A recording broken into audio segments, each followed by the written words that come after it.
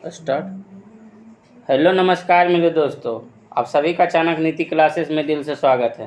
तो सबसे पहले आप सभी चेहरे पर मुस्कान लाइए ताकि आज का दिन बेहतर हो और आप हमेशा मुस्कुराते रहिए। जैसा कि थंबनेल में देख पा रहे होंगे, चेहरे को लटका कर नहीं रखना है, चेहरे पे जो है हमेशा मुस्कान ला कर रखना है। ठीक है, हर रोज़ chapter wise RPF SI special class. ठीक है, और इसमें जो लिखा गया है इससे ज़्यादा कुछ नहीं आएगा। इसमें जो है इसलिए लिखा गया है कि इससे ज़्यादा कुछ नहीं आएगा क्योंकि ये चैप्टर वाइज है। ठीक है, सभी एग्जाम में क्वेश्चन कोई ना कोई चैप्टर से ही और कोई ना कोई सब्जेक्ट से ही पूछता है। तो कोई सब्जेक्ट के कोई चैप्टर से क्वेश्चन आता है, इसलिए जो इसमें लिखा गया है इससे ज़्यादा कुछ नहीं आएगा। ठीक है, तो हम लोग जो है कंटिन्यू चैप्टर वाइज कर रहे हैं। जैसे हिस्ट्री सब्जेक्ट में जो है हम तीनों पढ़ चुके थे, प्राचीन और मध्यकालीन भारत और आधुनिक भारत और विश्व इतिहास। ये जो हम 4 टॉपिक कवर कर चुके थे। उसमें जितने भी चैप्टर थे, जैसे हड़प्पा में हो गया हड़प्पा सभ्यता, प्राचीन में हड़प्पा सभ्यता, जैन धर्म, बौद्ध धर्म, मगध राज्यों का उत्कर्ष, और मध्यकालीन में सल्तनत काल, मुगल, ये सब पढ़ चुके थे। और आधुनिक में जो है वायसराय, ये सब जितने भी इम्पोर्टेंट चैप्टर थे सभी हम पढ़ चुके थे। और फिर विश्व का भूगोल और भारत का भूगोल कर चुके थे। उसके बाद जो है अगला जो है अगला सब्जेक्ट ये जो बायोलॉजी स्टार्ट किए हैं। ठीक है, जिसमें हम तीसरा टॉपिक उत्तक पढ़ चुके हैं और आज चौथा टॉपिक होगा। ठीक है, आज चौथा टॉपिक होगा। तो आइए बिना देर किए हुए क्लास आगाज़ करते हैं। आज क्लास आगाज़ करने से पहले जो है मोटिवेशनल कोट्स को अपनाते हैं जो हमें ऊर्जावान बनाएगी। अगर जीवन में सफलता प्राप्त करनी है तो मेहनत पर विश्वास करें। ठीक है, अगर जीवन में सफलता प्राप्त करनी है तो मेहनत पर विश्वास करें। किस्मत की आजमाइश तो जुए में होती है। ठीक है, किस्मत वहीं आजमाएंगे जहां मेरा जो मेहनत असफल हो जाएगा। जब हम पूरा मेहनत किए हैं और वो पूरा कोशिश कर लेंगे, उसके बाद जो है किस्मत लगाएंगे। ठीक है, पहले मेहनत करेंगे, मेहनत के बाद जो है किस्मत को आजमाना है। ठीक है, आप पहले मेहनत कीजिए। इस बार बहुत सारी वैकेंसियाँ हैं, इस बार जो हम लोग को एग्ज़ाम क्लियर करना है हर हालत में। ठीक है, ज़्यादा से ज़्यादा सेल्फ स्टडी कीजिए, ज़्यादा से ज़्यादा रिवाइज कीजिए, तभी जो है आपको इस बार सफलता मिलेगी। क्योंकि जो है 5-6 घंटा का किसी का लेक्चर देखने से जो है आपका पूरा टाइम बर्बाद होगा। इससे बढ़िया आप 5-6 घंटा सेल्फ स्टडी कीजिए। ठीक है, हमारा जो लेक्चर है 1 घंटा में 3 क्लास आता है। RPF SI स्पेशल क्लास जो कि चैप्टर वाइज है, और करेंट अफेयर्स, और उसके बाद जो है शाम को ग्रुप डिस्कशन, जो कि 1 से 1.5 घंटा के अंदर ये तीनों जो है वीडियो क्लियर हो जाएगा। एक वीडियो 10 या 20 मिनट का होगा। ठीक है, तो ऐसा जो है ज़्यादा से ज़्यादा सेल्फ स्टडी कीजिए। आइए आज की क्लास आगाज़ करने से पहले जय श्री राधे का नाम लेते हैं और आगाज़ करते हैं जीव विज्ञान का चौथा टॉपिक। ठीक है, इससे पहले तीसरा टॉपिक उत्तक पढ़ा चुके थे। आज चौथा टॉपिक है जैव अणु, जिसमें लिपिड, प्रोटीन, न्यूक्लिक अम्ल ये सब पढ़ेंगे। ठीक है, जैव अणु जो चौथा टॉपिक है, जिसमें हम लिपिड पढ़ेंगे, प्रोटीन पढ़ेंगे और न्यूक्लिक अम्ल पढ़ेंगे। ठीक है, क्वेश्चन नंबर 1 देखिएगा। पादपों में सबसे प्रचुर मात्रा में उपस्थित तत्व है। तो पादपों में सबसे प्रचुर मात्रा में उपस्थित तत्व जो है कार्बन है। ठीक है, इसको ध्यान रखिएगा। पादपों में, यहाँ क्वेश्चन कन्फ्यूज मत होइएगा, मनुष्य में जो है प्रचुर मात्रा में दूसरा चीज़ होगा, यहाँ पे जो है पादप बोल रहा है। तो पादपों में सबसे प्रचुर मात्रा में उपस्थित तत्व कौन सा होगा? Option B, carbon. ठीक है, इसको ध्यान रखना है। मनुष्य शरीर का मुख्य हिस्से किससे बना होता है? तो मनुष्य शरीर का जो मुख्य हिस्से है पानी से बना होता है। ठीक है, ऑप्शन डी। ऐसा नहीं कि पानी, हमारा बॉडी में जो है लगभग 70 से 80% जल है। ठीक है, ज़्यादा जल की मात्रा है, पूरा बॉडी जो है सबसे ज़्यादा जल पाया जाता है। ठीक है, तो मनुष्य शरीर का मुख्य हिस्से किससे बना है? तो ऑप्शन डी, जल। ठीक है, ऐसा नहीं कि प्रोटीन लगाना है आंसर। ठीक है, निम्न में से क्या मैक्रो पोषक तत्व नहीं है? तो कौन सा मैक्रो पोषक तत्व नहीं है? तो विटामिन जो है मैक्रो पोषक तत्व नहीं है। ठीक है, विटामिन जो है मैक्रो पोषक तत्व नहीं है, बाकी सभी मैक्रो पोषक तत्व है।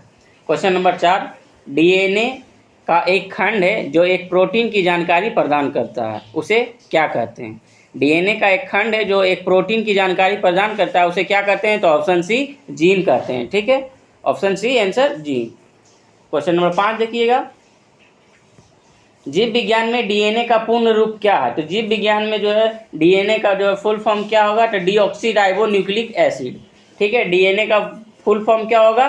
Deoxy ribonucleic acid. ठीक है, इसको ध्यान रखना है, क्वेश्चन इंपॉर्टेंट है और हर एग्जाम में यहाँ से क्वेश्चन आता है।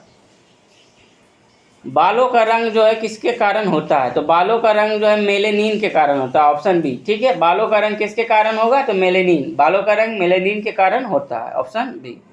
प्रोटीन संश्लेषण में क्षार इवेंट से एक जो है क्या निर्माण होता है? तो प्रोटीन संश्लेषण में क्षार इवेंट से जो है एक एमआरएनए प्रति एक निर्माण होता है। ठीक है, प्रोटीन संश्लेषण में क्षार इवेंट में एक जो है एमआरएनए प्रति एक का निर्माण होता है, ऑप्शन सी। प्रजनन के दौरान मूल कार्य का जो है क्या का निर्माण करना होता है? प्रजनन के दौरान मूल कार्य का जो है क्या निर्माण करना होता है? तो ऑप्शन यहाँ है 8 का, कट गया है, यहाँ पे है ऑप्शन, तो डीएनए प्रति। ठीक है, ऑप्शन बी डीएनए प्रति होता है। और ऐसा अगर जो है आपको यहाँ से समझ में नहीं आएगा तो कोई भी जो है सब्जेक्टिव बुक पढ़िएगा, जैसे लुसेंट हो गया, क्राउन हो गया, या कोई भी बुक जहाँ से आपको समझ में आता है वो बुक को जो है एक बार पढ़ के उसके बाद ऑब्जेक्टिव लगाइएगा। ठीक है, इस चैप्टर को पढ़ लीजिएगा। ठीक है, अगर नहीं समझ में आता है तो ऐसे सभी क्वेश्चन समझ में आना चाहिए। बहुत ईजी क्वेश्चन है और बहुत इंपॉर्टेंट क्वेश्चन है। निम्न में कौन सा कथन गलत है? निम्न में कौन सा कथन गलत है? तो डीएनए का पूरा नाम डीऑक्सीराइबो न्यूक्लिक एसिड है, ये तो सही है। डीएनए का पूरा नाम क्या है? तो deoxyribo nucleic acid, option B में बोल रहा है। या गुणसूत्र में उपस्थित होने वाला रासायनिक तत्व है जो अनुवांशिक गुण को वहन करता है, सही। डीएनए जो है या गुणसूत्र में उपस्थित होने वाला रासायनिक तत्व है और यह आनुवांशिक गुण जो है वहन करता है, ये भी सही होगा। क्वेश्चन नंबर सी जो है, डीएनए एक पॉलीन्यूक्लियोटाइड है जो कि न्यूक्लियोटाइड डीएनए की ही मूलभूत संरचनात्मक इकाई जो दो अवयवों से मिलकर बनी होती है, ये गलत होगा। डीएनए जो है पॉलीन्यूक्लियोटाइड नहीं, डीऑक्सीराइबोज न्यूक्लिक एसिड होगा। ठीक है, ऑप्शन सी गलत होगा। एंजाइम मूल्यतः क्या होते हैं? तो एंजाइम जो है मूल्यतः प्रोटीन होते हैं। ठीक है, एंजाइम मूल्यतः क्या होते हैं? तो प्रोटीन होते हैं, option A. Question number 11, DNA अनुक्रम में जीन को चिन्हित करने की प्रक्रिया को क्या कहा जाता है? डीएनए अनुक्रम में जीन की चिन्हित करने की प्रक्रिया को क्या कहा जाता है? तो एनोटेशन। ठीक है, डीएनए अनुक्रम में जीन को चिन्हित करने की प्रक्रिया को क्या कहा जाता है? तो ऑप्शन सी एनोटेशन। ठीक है, इसको ध्यान रखना है। आरएनए का पूर्ण रूप क्या है? आरएनए का पूर्ण रूप क्या है? तो राइबो न्यूक्लिक एसिड। ठीक है, डीएनए का डीऑक्सी राइबो न्यूक्लिक एसिड। ठीक है, उसको ध्यान रखना है। और आरएनए का ribonucleic acid, option C. मानव शरीर में सबसे प्रचुर मात्रा में मौजूद तत्व कौन सा है? ठीक है, देखिए यहाँ पे आया था पादप में सबसे प्रचुर मात्रा तत्व हो गया कार्बन, और मानव शरीर में सबसे प्रचुर मात्रा तत्व जो है ऑक्सीजन होगा। यहाँ पे कंफ्यूज नहीं होना है, बार बार बोल रहे हैं कि ये क्वेश्चन, दोनों क्वेश्चन आ सकता है। ठीक है, सभी जो है ऑक्सीजन लगा कर निकल जाएगा, लेकिन वहाँ पादप दिया है और यहाँ मानव दिया है। पादप में जो है सबसे ज़्यादा प्रचुर मात्रा पाया जाएगा कौन सा तत्व? तो कार्बन। और मानव शरीर में सबसे प्रचुर मात्रा में मौजूद तत्व कौन सा होगा? तो ऑक्सीजन। कंफ्यूज नहीं होना है। ठीक है, क्वेश्चन नंबर 14 देखिएगा। प्रोटीन जो है एक अभिन्न अंग है, तो प्रोटीन एक अभिन्न अंग है किसका? एंटीबॉडी का, एंजाइमों का और कोशिका झिल्ली का जो है प्रोटीन एक अभिन्न अंग है, ये तीनों होगा। ठीक है, इनमें से सभी, ऑप्शन बी। प्रोटीन जो है एंटीबॉडी और एंजाइम कोशिका झिल्ली का एक अभिन्न अंग है। ठीक है, ऑप्शन इसका जो है इनमें से सभी होगा, बी। 15 नंबर क्वेश्चन देखिएगा। निम्नलिखित में कौन सा जो है दूध का प्रोटीन है? तो आप लोग जानते हैं दूध का प्रोटीन कौन सा होगा? केसिन जो है दूध का प्रोटीन है। ठीक है, ऑप्शन डी दूध का कौन सा प्रोटीन होगा? तो कैसीन। ठीक है, इसको ध्यान रखना है। तो इससे जितने भी क्वेश्चन बन रहे थे इस चैप्टर से हम बता दिए, और अगला चैप्टर होगा अनुवांशिकी। अगर आप जो है कुछ अगर सब्जेक्टिव टाइप पढ़ना चाहते हो तो लुसेंट या क्राउन को पढ़ लीजिए, उसके बाद जो है यहाँ पे लगाइए, सभी क्वेश्चन समझ में आएगा। ठीक है, तो ये जैव अणु और लिपिड, प्रोटीन, न्यूक्लिक अम्ल से जितने भी क्वेश्चन बनते थे हम ये बताएं। ठीक है, और यहाँ से क्वेश्चन आता है। ठीक है, और ये पूछा हुआ क्वेश्चन है, और बहुत सारा क्वेश्चन आएंगे तो बहुत बता सकते हैं, लेकिन जितना पूछा हुआ क्वेश्चन है उसी के रिलेटेड जो है इस बार आरपीएफ में पूछा है, तो बिहार कांस्टेबल या बिहार एसआई सभी में एग्जाम में आ सकता है, क्योंकि चैप्टर वाइज क्वेश्चन है और चैप्टर वाइज इंपॉर्टेंट क्वेश्चन है। ठीक है, और आप लोग जो है 2 बजे करेंट अफेयर्स रेगुलर पढ़िए, उस पर जो है वीडियो रेगुलर डाला जाता है करेंट अफेयर्स का।